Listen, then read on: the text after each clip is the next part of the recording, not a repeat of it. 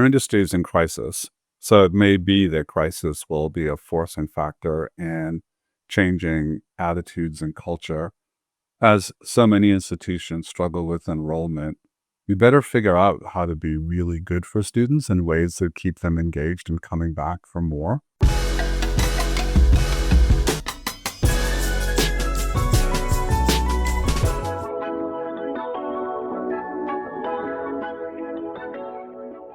Welcome to Radical Cooperation. I'm your host, Dr. Michael Horowitz, Chancellor of the Community Solution Education System. Throughout my 40 years in higher ed, I've seen how institutions struggle to evolve while preserving their core values. The tension between tradition and progress is at the heart of today's conversation. So I'm very excited to have with me Dr. Paul LeBlanc, former president of Southern New Hampshire University. Under Paul's leadership, SNHU grew into the largest nonprofit provider of online higher education in the country. He's been recognized as one of the most influential people in higher education, and his work has shaped how we think about innovation in learning. So, Paul, it's an honor to have you here. Oh, thank you so much for having me, Michael. It's a pleasure. So I want to start with your journey. We've talked over the years, but tell our guests what initially drew you to higher education and ultimately to Southern New Hampshire. Yeah, it's higher education. I mean, I'm unapologetically schmaltzy about the American dream story that I experienced. I was an immigrant kid, youngest of five, only one of my family, extended family, to go to college, so first gen. And really was the access to high quality, affordable education with faculty who made me feel like I mattered to them and took an interest in me and lifted my sights, allowed me to dream bigger dreams. That really changed the whole trajectory of my life. And I look at my two daughters, and now we have our first grandchild as of 7 months ago, and their lives are so fundamentally different because of higher education and my experience of it. So that was my experience going to a state university, Framingham State University, where I graduated, and then on to private and public institutions till I got my doctorate. I didn't expect to be in higher education, but I was an undergraduate, and I was my senior year when one of those influential faculty took me aside, Dr. Helen Heineman. I could name the three people who transformed my lives in the sixth grade high school and Dr. Heineman's case, college. And she said, "Where are you going to grad school?" And I said, "Well, I'm just likely to graduate from college. Like, I'm not going to grad school." She said, "Absolutely not," and kind of took me by the scruff of the neck. And this is, I tell my daughters who are involved in academia, and they roll their eyes that this could be true. But when she made a phone call to somebody at Boston College, Father Joe Appleyard, who later did the benediction at my inauguration, but who was the head of the English department, said, "I got this young guy. He needs to get a master's degree. You need to help him out." and he gave me a TA. And so I was barely older than the students I was instructing as a brand new teacher with very little preparation, getting a stack of books. And I found out that I loved teaching. Like, I loved being in the classroom. I loved being with students. And that really set me off on the course to academia. Everything after that was accidental. I'd done my graduate work at UMass, Dell Computers, which had failed in its attempt to get into the PC industry, dumped all of these PCs on UMass at the time, and the full-time faculty had nothing to do with them. So they said to the grad students, we unempowered lot that we were, "You figure it out." So I started playing with them. Like, this technology is amazing. I was a writing teacher, and I could do things I couldn't do before. I watched the students engage. That got me into technology. It was accidental. I was a young faculty member at Springfield College when Houghton Mifflin came to do a visit, and they loved the work I was doing with new media. That's what we called it at the time. And they offered me a leave of absence. And for 3 years, I headed up a new startup. And at the heyday of the beginning of the PC revolution, internet revolution, I was like, "What? I had no business doing that." Another accident. So, I think I don't know if you know Road Trip Nation, but these guys do these amazing interviews with people who have been pretty successful in their careers. And one of the things that's emerged, a lot of successful people didn't get there by design. It was like good luck, people, right place, right time. And I certainly benefited from that. I mean, I think you're also describing paying attention to what's happening around you, not explicitly the curriculum. I recall my time as a grad student at Northwestern Medical School and observing the politics between physicians and non-physicians, and the program I was in was on probation, and they had to get rid of the chair who the students all loved, and how I learned at the time we mocked him, but the new chair came in and had to restore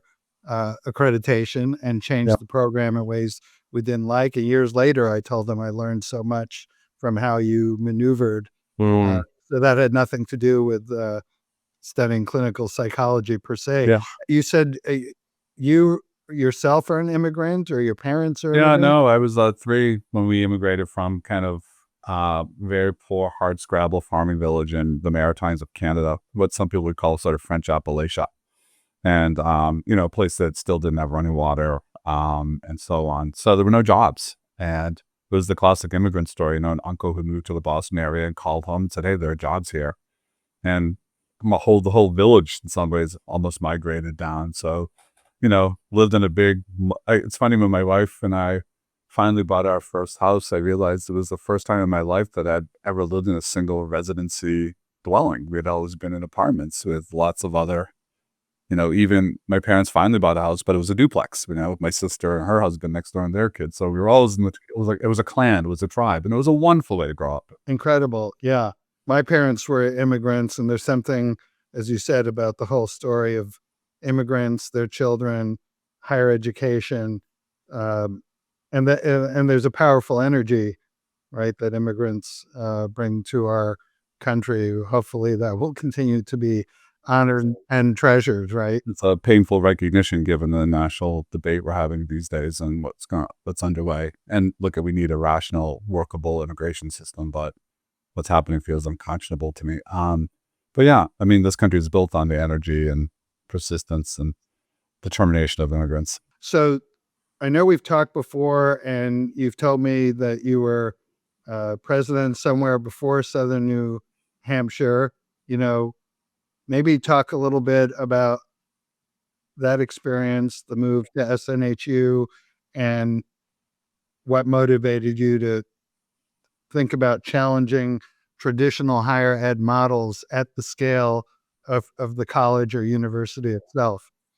Well, I was, as I said, at Hood Mifflin leading this technology startup, and I was intended to spend a year, but my leave of absence became 3 years, and I finally promised Springfield I'd go back. And my great mentor at Springfield College was a guy named Bill Barmy, former Tuskegee Airman. He's passed away since, but he really taught me so much. And when I was coming back, I'd been nominated for the presidency of a little quirky place called Marlborough College in the Southern Hills of Vermont, a really wonderful school, very small, like 350 students.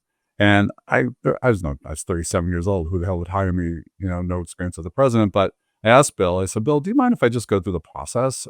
Because I have a good learning. Someday I know I want to move into administration. I've been a department chair and so on." He's like, "Yeah." He goes, "You'll never get the job, but it'll be good for you." And I was the last candidate on a long 2-day period of interviews I did. And I'd flown back from the West Coast. I was a principal investigator on a big ARPA grant with Apple.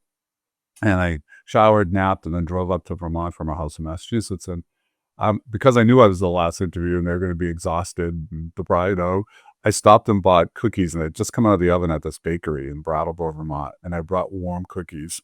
And later on, the chair of the committee said, "I didn't know if you were going to get this job or not, but after those cookies, we knew we were going to invite you to come back to campus." So I somehow made my way through the process and miraculously got the job. And spent 7 years there.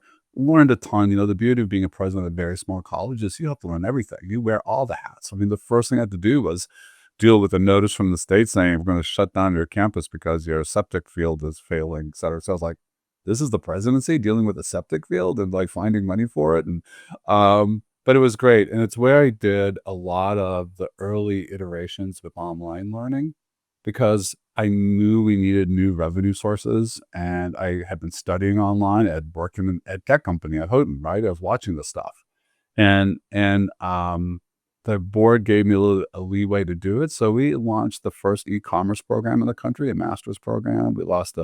We called it teaching with the internet. We still use that word at the time, but an NAT degree, and we had some really great success with it. And we did very well financially. So bought the college a lot of time, and subsequently closed just a couple of years ago, sadly, maybe 2 presidents later and a lot of years. But Yeah, it was an amazing learning experience, but it was also a lesson in fit. I didn't understand fit at the time. And in some ways, for all the good work I'm pretty sure I did and all the progress we made, it never felt like it was quite the right fit. And then I was nominated for the job at SNHU and was in a couple of searches at the time.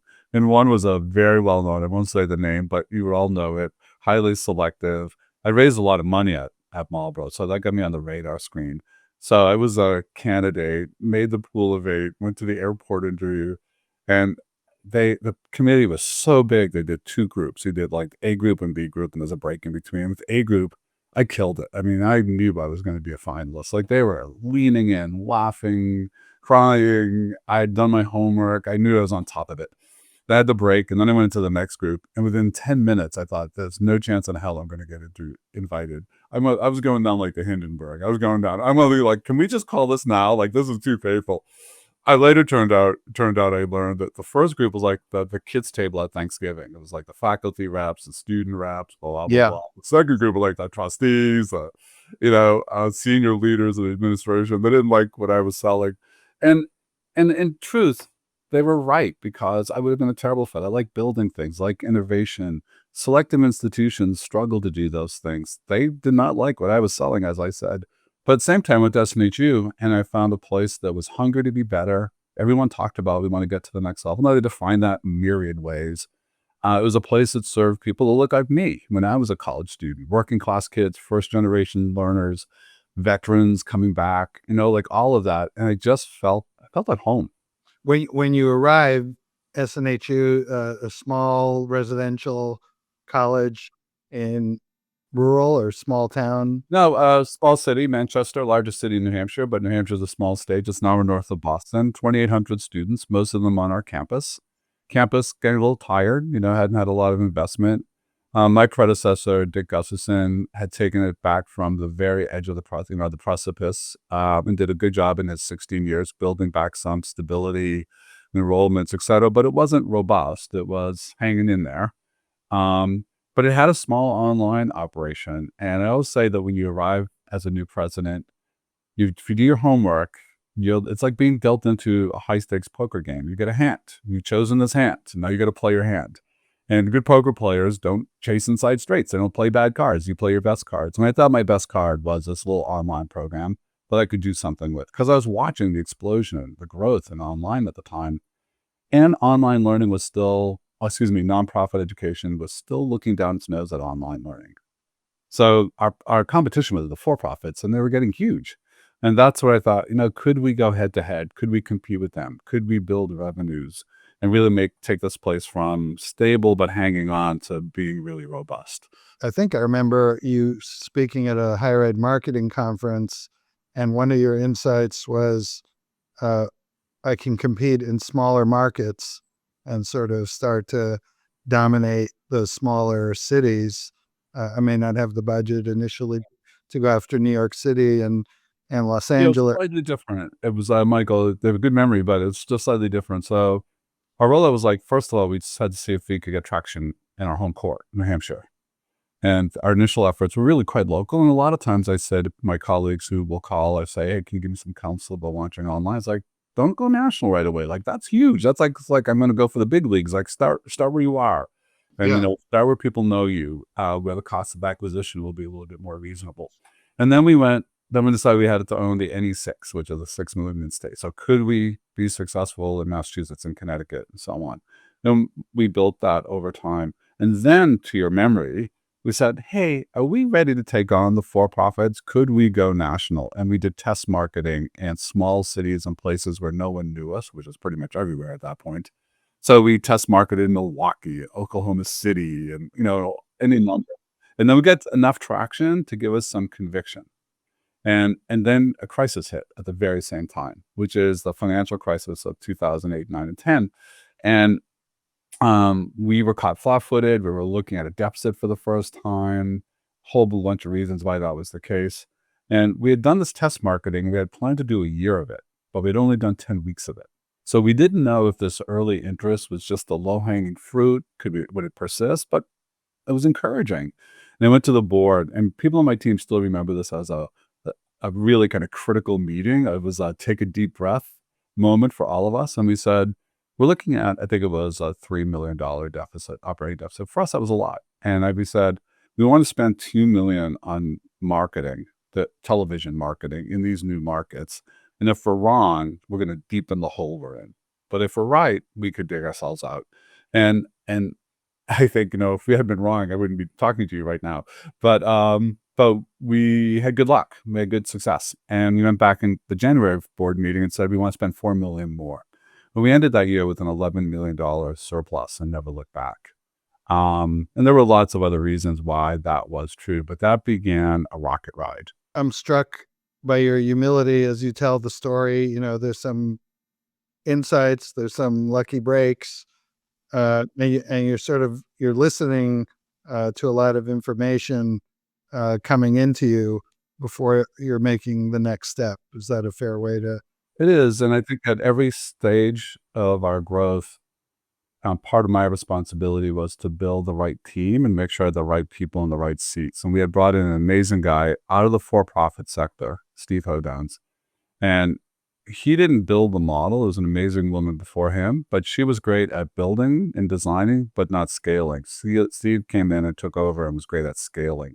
And he was the one who was at my side when we went to the board and asked for those dollars. He was really our marketing guru.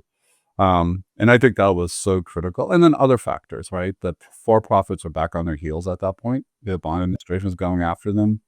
We were really pushing the fact that we were not for profit. I remember all those commercials. Yeah, I was talking to somebody who was involved in the ownership of Phoenix at the time, private equity guy, who I know is a good guy. And he said, we're having a beer, and he said, are you going to keep saying not for profit at the end of all your commercials? And I said, as long as you're in the market, I am. He said, God damn you. I remember talking to our own marketing team over the years, and there were times we explicitly emphasized that. Why do you think the rest of nonprofit higher ed, or most, was so reluctant to accept that there were legitimate insights that for-profit higher ed brought? I mean, they did a lot of things wrong, in my view, including not enough with the education part, but a lot of the things about service and markets and insights into how students learn were very legitimate. Yeah, absolutely. As a matter of fact, I would even say Phoenix, which is the poster child of bad behavior, early Phoenix, they taught us so much about how do you serve adult learners better than the traditional system, which was still treating adult learners through the prism of an 18-year-old coming from high school. It just didn't make sense. So I think we had a lot to learn. Why didn't higher ed want to learn it? Well, look at not-for-profit higher ed doesn't even like to talk about marketing. It's kind of a dirty phrase. All of us would like to spend less on marketing if we could. We certainly don't like to talk about customer service. Even I don't use that phrase, even though that's what we're often talking about. What phrase do you use? Student success.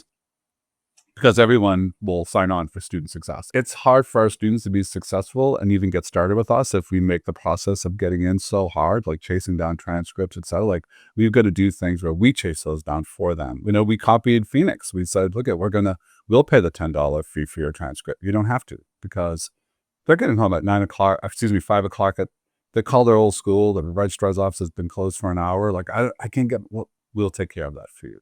In the early days, we didn't have systems for it. So I just ran into the guy who's been working for us forever.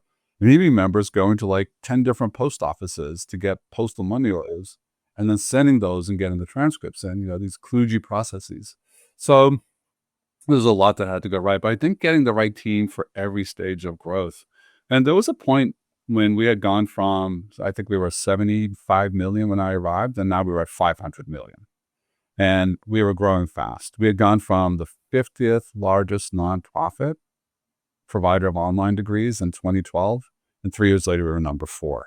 Holy cow. Like, we broke everything. We were hiring 40 new full-time people every Monday, onboarding them. We had Dell computers and boxes. We couldn't get them set up fast enough. We couldn't buy furniture fast enough. We had people sharing card tables. And I went to the board and I asked them to have dinner with me. I said, I don't know if I'm the right guy now for the next phase. We're at 500 million. I think in many ways I still operate like we were at 75 million. What year was this, Paul? That was right around 2016 when we hit that number 4 level of growth. And I could see our pathway to $1 billion of revenue. I was like, but I don't know if I know how to operate an organization that big. I said, so I'm making a request. I want 6 months.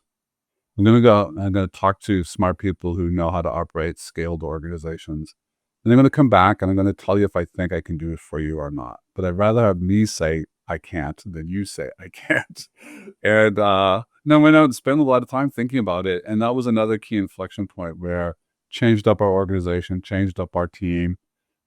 Even Steve, who had been so instrumental for us, was like not probably the right guy anymore. And we talked about it, and he's gone off and had real great success. So always going to be a star. But I had to put myself in the sort of same through the same lens. Like, am I the right guy anymore? And I like to think I was, and we continue to grow. And when I left last June, we were at about 1.4 billion. Incredible story. And I mean, I think self-awareness, right, is the bedrock of successful leadership, and probably a good deal of confidence, not feeling insecure in Yeah. making decisions. That's so great, because we've been on different road trips, but I've had that same, I started under 3 million in revenue. It's not the same level of growth, but now approaching 300 million, and you have to work differently. Yeah. And it's been interesting. And I want to talk to you about governance and boards. We have a former corporate CFO, and she was talking about her role as a board member. We have reserve powers, and she raised the question, how do I know that the operations connect to these reserve powers that I'm responsible for? So again, that made me think, oh yeah, so I need to think about how we're operating, who's doing what, which creates a little bit of tumult, right? Because you're changing how you operate. So you've referenced the board a few times, but tell me, you said you talked to them and then you studied scale, but what's the role of the board in all of this, and then how do you drive from board to on the ground? Yeah, I love that question. I'd say that when I talked about changing the organization one time, the board went through its own incremental phases. The board that I started with was a great board, and they were very hands-on because we didn't have a lot of resources. I needed them to be hands-on. It wasn't the board I needed at $1 billion. Like, hands-on's the last thing I need them to be. I need them to be really thinking strategically, looking out over the horizon line. Our horizon line when I started was 6 months. So boards evolve as well. And probably the most important thing we did is we made a decision to cut our board by more than half in terms of size. So typical university boards, I think we were 26, 28 board members, and we reduced it down to 15. So I said more than half is a little less than half, but I include myself in that. So about half. And it came out of an AGB workshop. I was with my board chair, and Rick Lagon at the time at AGB was talking about really highly effective organizations outside of higher ed would never operate with a board of 28, 30, 40 people. Right. And we spent some time studying successful organizations where 8 was more typical, 10 was more typical. And so this became the subject of a cover story in Trustee magazine about what happens when you make your board small. And what happens is just really amazing things. So board meetings become way more effective because if 30 people on a topic each take 3 minutes, that's 90 You- minutes before right. everyone's even weighed in. And it's turn taking as opposed to engagement, right? And I think while the board obviously still has its fiduciary legal responsibilities, they now became my thought partners. Like, it was small enough that I could say, I'm really grappling with this. I don't need to decide. That's not your job, but I do need your counsel. But does board members go easily that whether it was you or the chair Yeah, asked? there was a confluence of things. One, we were lucky that there was kind of a bubble. Something that happened historically. There had a whole bunch of members who were terming out at the same time. So that opened some spots. Then we had 2 or 3 board members who we knew would be philosophical and fine with it. Like, I've been serving for a long time. All of a sudden, look, if you ever need my slot, that's fine. So they were easy. And then there were some harder conversations, but we had a masterful head of nominations in Gov. And he just had a way of making people feel really good about it. He had an uncanny ability to have those hard conversations. And it took us 3 years to get there. So we didn't do it overnight, right? We had a plan to get down to that size. It changed everything for the better. I mean, if I wished I'd done one thing much earlier, I know if I could have. I didn't have the political capital early, but it was this to drive this, and a board chair who was wholly on board with me. I think you nailed something key in setting up our model. I thought it's not going to work unless we get the governance right and strong. And I've probably engaged with nearly 200 colleges and universities exploring our model, and the boards are often the weakest link. And I don't think a lot of higher ed leaders are attuned that if there's a problem in the university, there likely is a problem in governance. And yeah, Almost all of it. I was on NEAS committee, a commission, excuse me, the accreditation committee, which is now known as NETG in New England. And one of the observations I made was the schools that were on financial sort of status where they were getting extra attention because they were so struggling so mightily. Always, there was a board that was asleep at the wheel. I remember a few years ago, we had gotten to the stage of a college looking at joining our system, and we had board to board. And the board chair of this liberal arts college asked our board chair, who is the online student, which is a bit shocking to me. Even they didn't have online, nonetheless, in this day and age. And this is a businessman, and our board chair's answer was everybody in the world. And after that, he said, forget it. To your point about thought, he's like, this group is never going to get it. So many boards are risk averse. I mean, you and I have seen it. They'd rather, well, I don't know that they'd rather close, but then colleges end up closing or being acquired these days rather than making some kind of bold, innovative move. What is that about? Because when you parse the resumes of trustees, they're lawyers, they're business people, they're marketing people. They don't seem to be so risk averse in their outside world. What makes this stickiness with tradition? Well, it's interesting. I would have said up until, well, I still would say we now are seeing activist political boards often appointed by governors hostile to the public institutions under them. But generally speaking, boards members are not doing this as their full-time job. They're doing it as service. And the last thing they want is the firestorm of protests that comes with hard change. If it's a smaller town where the board member is known, like running into an unhappy faculty member at the grocery store or at church, not a good feeling. If it's a big board that's very public, seeing yourself dragged through the newspaper editorials and so on. So I think that's part of it. Another is that if you think about what it means to be stewards from a legal and fiduciary perspective, that's a kind of, by its very nature, a risk averse. Who are the most risk averse people in your institution? It's your sort of finance people and your legal staff, right? So it kind of goes with the territory. And yet you need a board that I think it isn't about just doing crazy gambles. It's about well thought out innovation and experiments and kind of understanding and having a framework for thinking about innovative new things. And that really goes back to the leadership. Like that's the president's job to educate the board, to frame the opportunities, but the hard things, like those are the more positive when you can talk about innovation. But when you're talking about a RIF, for example, when you're talking about cutting programs, for example, those are just inherently hard things. And it's the rare board member who relishes the fight, who relishes the negative blowback. And I love that you grounded your innovation and student success at the community solution. We talk about student success and community impact.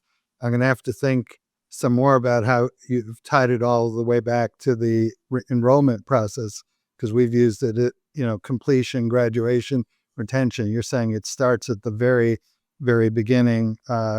We're going to impede success if we make it hard to sign up. Oh yeah, I think this begins with the first conversation with the student. And that success could be, you're not ready. Like, let's talk about how you get you ready. Or we're not the right place for you. There's a better place for you. You have to be willing to have that conversation. But yeah, absolutely, Michael. How do we get higher ed thinking more that way?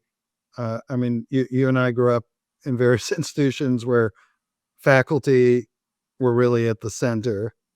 Uh, you really brought a different way of thinking about the student is at the center. What more can we do today to advance that way of thinking in higher education?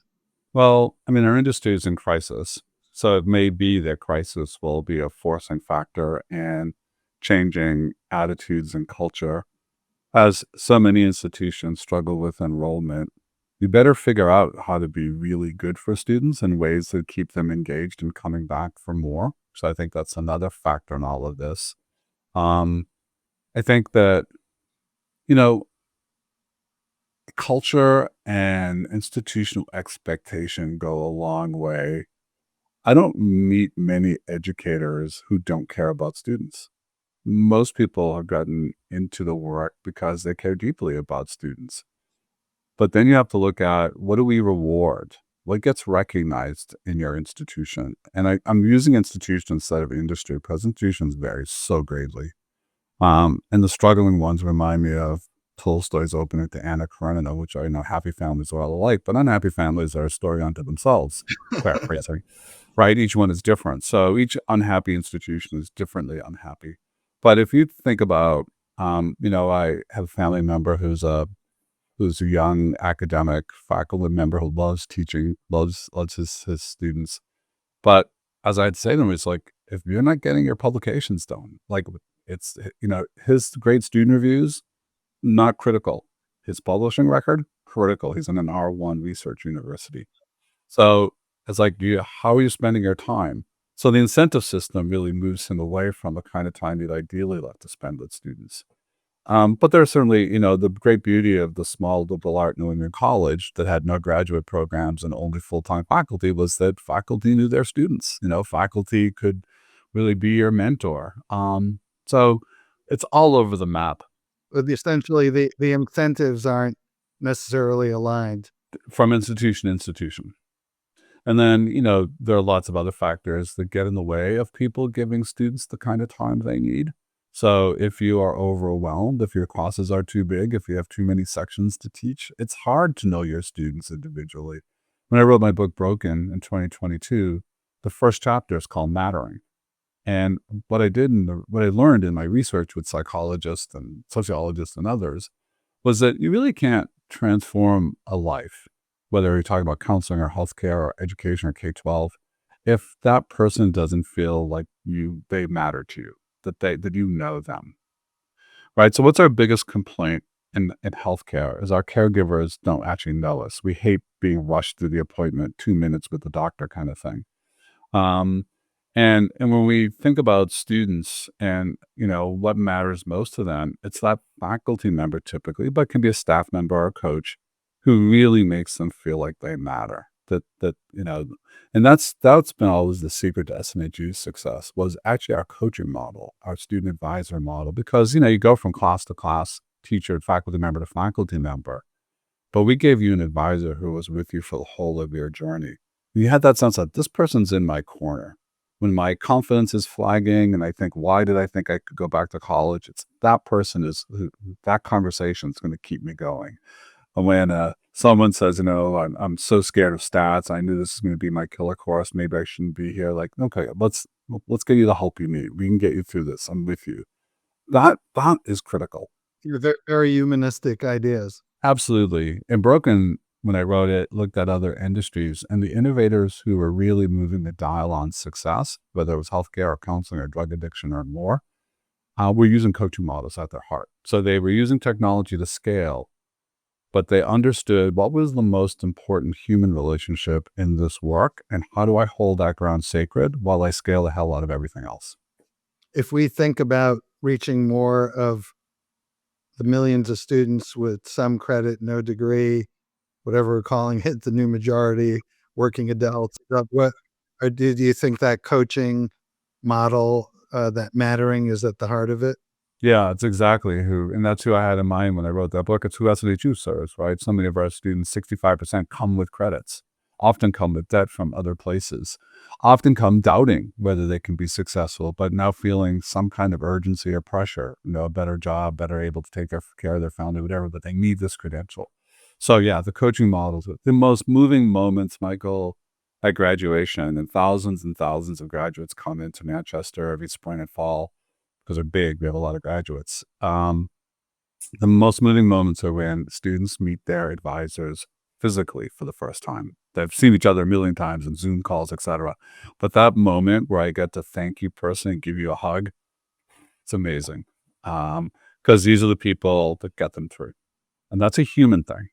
Incredible. So let's close with one piece of advice you have now. Now you're a mentor and an elder in higher education. So leaders who are trying to balance this tough thing of tradition and innovation. Yeah, thought a lot about what it means to lead in this day and time. And when I wrote Broken, I end by talking about leadership, and I used the word that I really struggled with because we don't tend to use it very much when talking about leadership or higher ed, which is love. And the question, the impetus of that book was in a conversation with my wife saying, I wonder if higher ed could learn to love its students again. And she rolled her eyes and said, has it ever? I was like, I don't know. And I shared with you, Michael, the story of Dr. Heinemann, who said, no way, you're going to grad school, and took me by the scruff of the neck. Dr. Heinemann loved me, not love in a romantic sense, obviously, but love in the sense of when love means I care about you, I give you my time, I'm invested in you, I want you to be the best version of yourself. Um, those are the faculty I had. We all have them. You could name right now for me the names of the faculty that changed your life. I talk about this all the time. I name my three: Mr. Schlaffen in sixth grade, Mrs. Collins in high school, and the aforementioned Dr. Heinemann. And I asked the audience, hold up your hand. How many of those transformative teachers like the ones I just described to you did you have between kindergarten and the last year of college? And the average is three, but everyone knows them. And I think, if we can build institutions that somehow embrace students in that way, that make them feel like they matter, that give them, that lift their sights, that help them dream bigger dreams. I often say higher education is in the business of hope. But I think you have to be in love with the right things. And I think to the answer to that question, we need leaders who are passionate about their students, who love their students and do everything, because the institution will take its cues from leadership.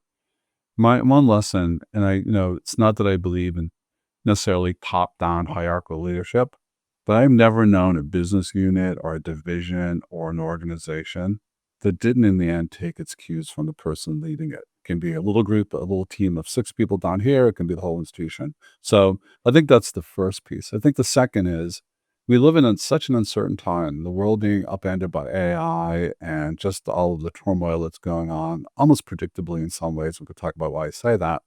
But I really find leadership that is certain suspect. I think leadership has to be curious today. When I used to interview for expertise. I still want people to know what they're doing, obviously, but now I interview for curiosity. Is this a learner? So humility is a part, humility goes with learning. It means I don't know. Higher ed makes it very hard for people to say, I don't know. But I really have real uncertainty myself about people who say they do know right now. I was like, really? You know how this is going to play out? No. So I think curiosity and love are sort of the principles of the heart and the head that are most important for leadership right now. And then finally, and I'll stop, is we now live in a time when people no longer trust organizations and by extension, the people who lead them. College and university presidents used to be able to walk in a room and command respect simply because of their title and their CV. I don't think that's true anymore.